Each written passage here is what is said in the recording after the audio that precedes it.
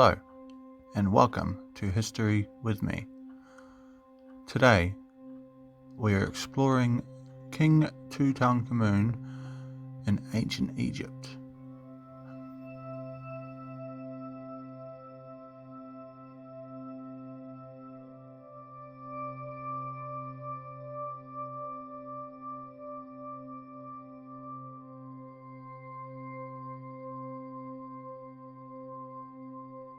King Tutankhamun ruled Egypt as pharaoh for 10 years until his death at age 19.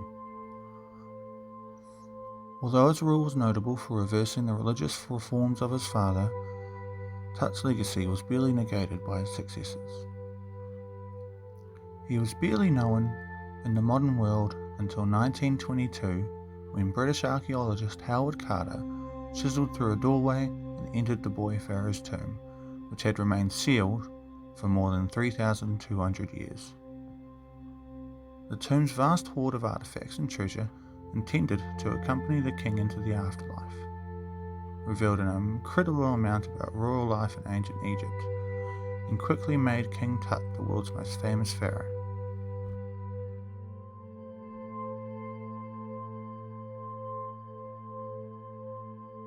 There are many theories as to what killed King Tut. He was tall but frail, with a crippling bone disease in his clubbed left foot. He is the only pharaoh known to have been depicted seated while engaged in physical activities like archery. Traditional inbreeding in the Egypt royal family also likely contributed to the boy king's poor health and early death.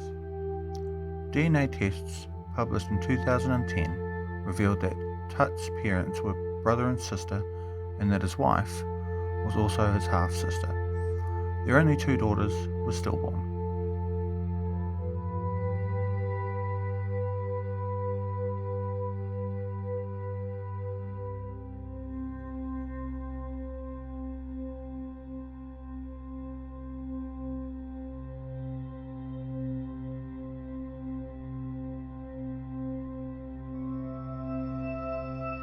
Tut's remains revealed a hole in the back of his skull.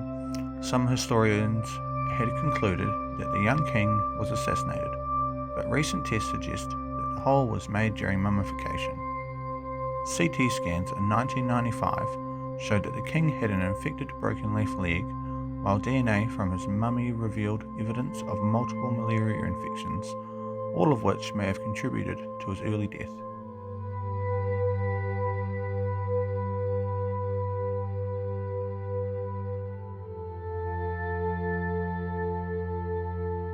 After he died, King Tut was mummified according to Egyptian religious tradition, which held that royal bodies should be preserved and provisioned for the afterlife.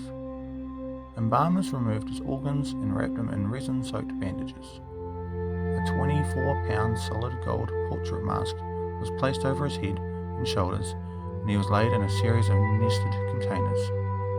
3 golden coffins, a granite sarcophagus, and 4 gilded wooden shrines, the largest of which barely fit into the tomb's burial chamber.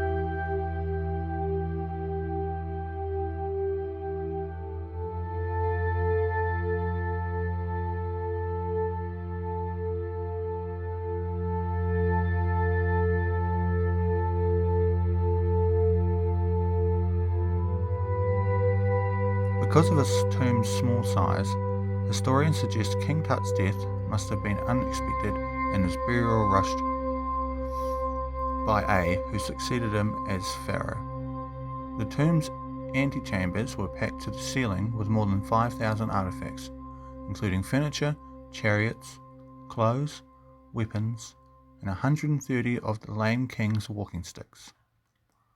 The entrance corridor was apparently looted soon after the burial, but the inner rooms remained sealed.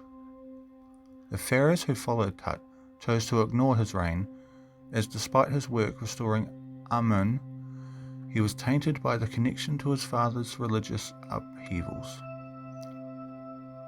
Within a few generations, the tomb's entrance had been clogged with stone debris built over by workmen's huts and forgotten.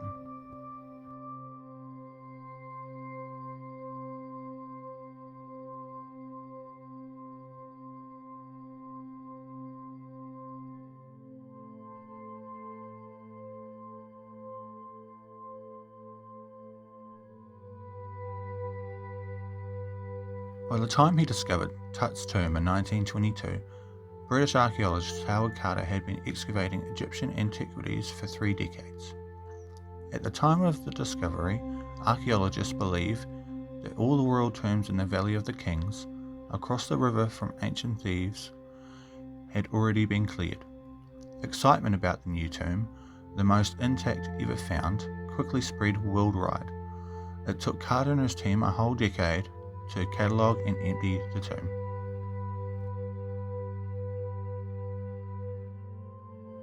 Artifacts from King Tut's tomb have toured the world in several blockbuster museum shows, including the worldwide 1972 to 1979 Treasures of Tutankhamun expeditions.